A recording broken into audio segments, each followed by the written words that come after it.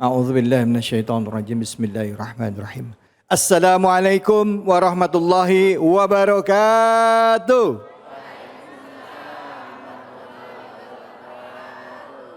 Alhamdulillah rabbil assalatu wassalamu ala asrofil anbiya'i mursalin Sayyidina Muhammadin wa ala alihi washabihi ajma'in, amma ba'du. Ibu-ibu, bapak-bapak yang dirahmati oleh Allah, pemirsa Ainus dimanapun saja Anda berada. Hari ini kita kembali lagi bersilaturahim dalam program yang selalu setia menemani kita setiap akhir pekan, yaitu Cahaya Hati Indonesia. Dan kami kali ini berada di Masjid Al-Jihad di daerah Pulau Gebang, Jakarta Timur. Dan insya Allah kita akan bahas hal-hal yang dekat dengan keseharian kita. Tapi sebelumnya izinkan saya buat nyapa dulu ibu-ibu dan bapak-bapak di sini ya. Ibu-ibu, bapak-bapak sehat semuanya? Alhamdulillah. Kok jawab alhamdulillahnya lemes banget. Ibu-ibu sehat, Bu? Bapak sehat, Pak? Sampai keselak saya aja. Saking semangatnya. Ibu-ibu, bapak-bapak dan juga kita harapkan yang ada di rumah juga dalam keadaan sehat walafiat. Saudara-saudaraku, hari ini kita akan bahas tentang tema yang sangat penting ya, yaitu mengenai keberkahan pada saat kita berbakti pada orang tua kita. Gak jarang di antara kita ya yang dapat titipan ya, amanah dari Allah untuk mengurus orang tuanya yang sudah sepuh ya, yang ada di rumah. Ada suami, ada istri, ada orang tua. Nah, ini gak gampang. Kadang ada perasaan capek, lelah, sama seperti orang tua kita mungkin dulu waktu ngedidik kita pada saat kita masih kecil. Tapi percayalah saudara-saudaraku, di sana ada keberkahannya. Nanti kita akan bahas. Nah, untuk membahas ini sudah hadir guru-guru kita. Assalamualaikum warahmatullahi wabarakatuh, Kiai. Hadir Kiai Haji Usman Umar.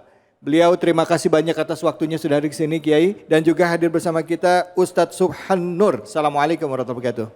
Masya Allah, guru-guru kita ini udah akan membagikan ilmunya nih tentang keberkahan pada saat kita berbakti dengan orang tua.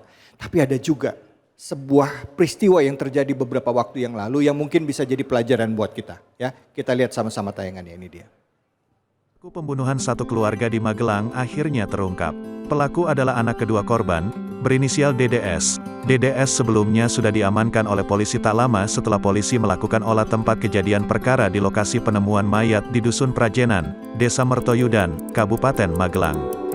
Dari pemeriksaan maraton yang dilakukan oleh penyidik, DDS akhirnya mengakui semua perbuatannya yang menaruh racun di minuman teh hangat dan es kopi yang diminum para korban. DDS mengaku sengaja menaruh racun di minuman karena sakit hati terhadap orang tua dan kakaknya. Selama ini, DDS mengaku dibebani oleh keluarganya untuk membantu perekonomian keluarga setelah ayahnya pensiun. Sementara kakaknya tidak dibebani untuk membantu perekonomian keluarga. PLT Kapolresta Magelang AKBP Muhammad Sajarot Zakun mengatakan motif pembunuhan berencana yang dilakukan oleh DDS karena sakit hati. Menurut Kapolres, sakit hati pelaku terhadap orang tua dan kakaknya ini bermula saat sang ayah memasuki masa pensiun sekitar 2 bulan silam. Otomatis pemasukan untuk keluarga hanya bersumber dari uang pensiun yang diterima oleh AA, sebab DDS dan DK tidak bekerja. Sementara kebutuhan keluarga cukup tinggi karena AA juga menderita sakit. Uang pensiun tersebut digunakan untuk memenuhi kebutuhan pengobatan AA. Untuk memenuhi kebutuhan keluarga, DDS pun dibebani untuk membantu perekonomian keluarga. Sedangkan kakak perempuannya, DK, tidak dibebani. Hal itulah yang membuat pelaku sakit hati sehingga merencanakan pembunuhan terhadap ketiganya. DDS pun kemudian merencanakan pembunuhan dengan membeli racun jenis arsenik secara online. Rencana pembunuhan terhadap kedua orang tua dan kakaknya ini dilakukan sebanyak 2 kali. Upaya pembunuhan yang pertama dilakukan pada tanggal 23 November lalu. Saat itu pelaku menaruh racun jenis arsenik di minuman dawet yang sengaja dibelinya. Kemudian dawet-dawet itu diberikan kepada orang tua, kakak serta beberapa orang lainnya. Karena gagal, pelaku kembali melakukan aksinya dengan menaruh racun di minuman teh dan es kopi pada Senin, tanggal 28 November tahun 2022 kemarin. Pelaku menaruh racun sebanyak 2 sendok teh ke minuman yang diminum oleh para korban hingga akhirnya meninggal. AKBP Muhammad Sajarot Zakun menambahkan, saat ini pelaku sudah ditahan penyidik dan dijerat dengan pasal 340 KUHP dengan ancaman hukuman mati atau seumur hidup. Allah, astagfirullahaladzim. Kita nggak mau menjudge atau menghakimi seseorang ya, tapi kita lihat dulu bagaimana kita sebaiknya menyikapi tentang permasalahan ini. Silakan Kiai, fadhal. Assalamualaikum warahmatullahi wabarakatuh. Innal hamdalillah wassalatu wassalamu ala Rasulillah wa ala alihi wa sahbihi wa mawalah. La haula wala quwata illa billah, amma ba'd. Pemirsa Cahaya Hati Indonesia dan hadirin yang hadir di Masjid Al-Jihad ini, yang mudah-mudahan kita semua di siang hari ini selalu berada dalam kemuliaan-kemuliaan di sisi Allah Subhanahu wa taala. Mengomentari video yang barusan kita saksikan, miris sekali. Padahal kita tahu di dalam agama begitu penting kehadiran orang tua kita. Bahkan sehebat apapun ibadah kita di hadapan Allah Subhanahu wa taala, barangkali shaimun nahar wa qaimul lail wa hafizul lisan wa tilawatul Quran. Siang hari kita puasa, malam kita ibadah, lisan kita zikir kepada Allah, kita baca Al-Quran. Tapi manakala kita menyakiti hati kedua orang tua kita, maka tertutuplah rahmat Allah Subhanahu wa taala buat kita. Tapi sebaliknya, ada orang yang biasa-biasa saja ibadahnya. Sholatnya biasa, puasanya biasa, haji umrohnya biasa. Tapi karena ketaatannya dia kepada orang tuanya, Allah memberikan keberkahan. Dan ini mengingatkan kita akan satu cerita, karena tema kita adalah keberkahan. Saya ingin menyampaikan satu cerita, kisah. Bagaimana ketika Nabi Allah Musa alaihissalam, suatu ketika dia bermunajat kepada Allah Subhanahu wa taala. Dalam munajatnya Nabi Allah Musa alaihissalam memohon kepada Allah, "Ya Allah, perkenankan kepadaku agar aku bisa mengetahui siapa orang yang nanti akan menjadi sahabatku di surga nanti, ya Allah."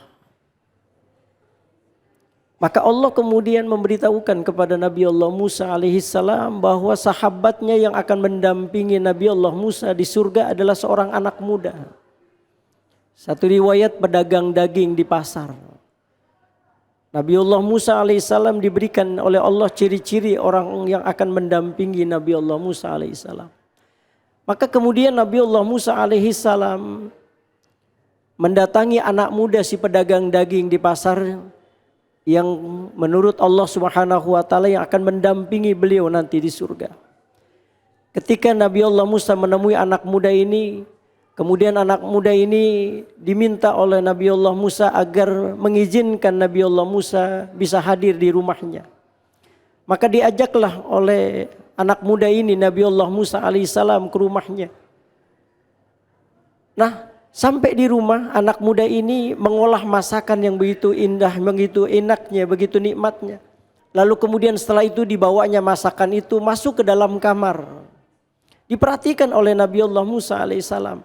Sampai di kamar, Nabi Allah Musa alaihissalam menyaksikan anak muda ini menyuapi ibunya yang sudah tua renta ini. Disuapi dengan kelembutan tangan anak muda ini. Sampai satu demi satu. Sampai Nabi Allah Musa alaihissalam, "Siapa itu dia, wahai anak muda?" "Dia ibuku, wahai Musa. Aku belum bisa makan sebelum ibuku makan. Aku tidak bisa minum sebelum ibuku minum." Taulah jawaban Nabi Allah Musa alaihissalam, kenapa anak muda ini kemudian menjadi sahabatnya Nabi Musa alaihissalam, karena ketaatan dia kepada ibunya. Sampai ketika ibunya disuapi itu ada ibunya berdoa kepada Allah. Apa doanya ibunya? Ibunya berdoa di saat anak muda ini menyuapi ibunya. Doanya, "Allahumma ij'al ibni jalisa Musa fil jannah." Ya Allah, jadikan anakku ini menjadi pendamping Nabi Allah Musa alaihissalam di surga. Doa seorang ibu diijabah oleh Allah Subhanahu wa taala karena kebaktinya anak kepada orang tuanya. Maka sehebat apapun kita ibadah kepada Allah, manakala kita menyakiti hati orang tua kita, maka tertutuplah pintu surga buat kita. Tapi sebaliknya, di saat kita walaupun barangkali ibadah kita yang barangkali tidak sehebat ibadahnya para ulama, tapi manakala kita mampu membaktikan hidup kita untuk orang tua kita, maka rahmat dan keberkahan Allah berikan buat kita. Ya, mudah-mudahan Allah berikan kita kekuatan agar kita mampu menjadikan diri kita mampu berkhidmah kepada orang tua kita. Karena Allah Subhanahu wa taala mengatakan anishkurli wali walidayka. Kau bersyukur kepadaku kata Allah, jangan lupa kepada kedua orang tua. Allah. Jadi rasa syukur kita kepada Allah itu nomor 1 dan nomor 2-nya adalah kedua orang tua kita. Ya, mudah-mudahan Allah berikan kita. Alhamdulillah. Amin amin untuk ya rabbal bisa alamin. melayani orang tua kita dengan baik. Amin ya Allah. Pada saat melayani orang tua dengan hati ikhlas, maka keberkahan dan keajaibannya luar biasa. Bisa mendampingi Nabi, bahkan bisa di surganya Allah kelak. Amin ya rabbal alamin dengan doa orang tua. Silahkan Kiai dilanjutkan, fadhol. Assalamualaikum warahmatullahi wabarakatuh. Alhamdulillahi rabbil alamin. Allahumma salli wa sallim ala sayyidina Muhammadin wa ala alihi wa sahbihi ajma'in, amma ba'du. Bapak, Ibu, para pecinta cahaya hati Indonesia, video tadi yang ditampilkan salah satu efek atau akibat kurangnya pendidikan agama di lingkungan keluarga. Seorang bapak dan ibu, orang tua berkewajiban untuk mendidik anaknya dengan pendidikan agama. Bahkan pendidikan agama bagi anak itu tidak dimulai ketika sudah remaja ataupun dewasa. Tapi ketika masih dalam kandungan ibu-ibu sekalian, dibacakan ayat-ayatnya, dibacakan sholawat itu janin. Kemudian ketika lahir, diperdengarkan dengan kalimat-kalimat ayat-ayat Al-Quranul Karim. Kemudian beranjak, membesar, dimasukkan ke sekolah-sekolah agama. Dididik Al-Quranul Karimnya. Dididik kemudian dengan akhlakul karimahnya. Terus, sehingga nanti pada saat masa dibutuhkan, baktinya anak kepada orang tua, di saat orang tua dalam kondisi lemah dan semakin lemah, maka di situ anak yang berbakti yang saleh bermain menggantikan peran orang tuanya. Makanya video tadi menunjukkan kurangnya daripada ilmu agama. Titiplah anak-anak kita ya di para ustadz yang ada di Masjid Al-Jihad misalnya, ada pendidikan agama, ayo ngaji di sini. Ada ibu, ada ustadz yang ada tetangga buka majelis taklim, pengajian Al-Quran, pengajian fikih, ikut. Karena itu adalah fundament etika yang kelak kita akan memetik hasilnya di saat kita melemah. Sekarang kayak saya nih, usia 45 tahun. Di KTP, kok di muka 34 tahun. Orang tua saya sudah 81 tahun. Ibu saya sudah 70 tahunan. Tetapi yang akhirnya disinilah peran kita. Di saat orang tua sudah melemah dan makin melemah, dan kondisi anak pada saat dia puncak kekuatannya, maka disitulah ujian anak untuk berbakti kepada kedua orang tuanya. Makanya bersyukur kepada Allah Subhanahu wa taala di dalam Al-Qur'anul Karim dibarengkan dengan bersyukur kepada orang tuanya. Wasainal insana biwalidayhi hamlatu ummuhu wahnan ala wahnin wa fisaluhu fi amaini anishkurli waliwalidayka ilayyal masir.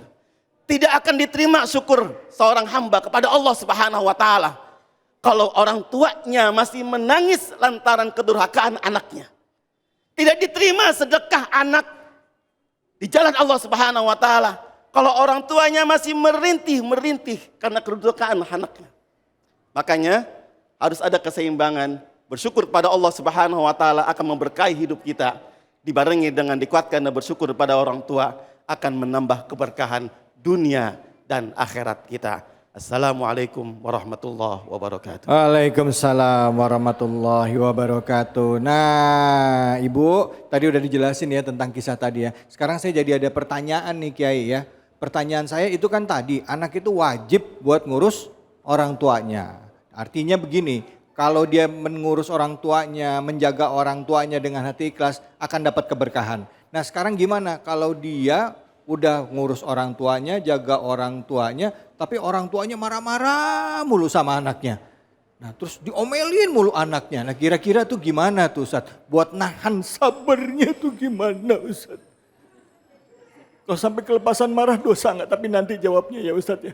Nanti jawabnya. Nanti kita akan kesempatan juga sama ibu-ibu buat nanya ya. Itu cuman salah satu contoh ya. Belum tentu benar juga. Tapi nanti kita dengerin jawabannya Ustaz apa yang harus kita lakukan. Dan nanti di segmen 4, segmen 5 nanti kita juga akan ngaji bareng sama Kiai Munawir.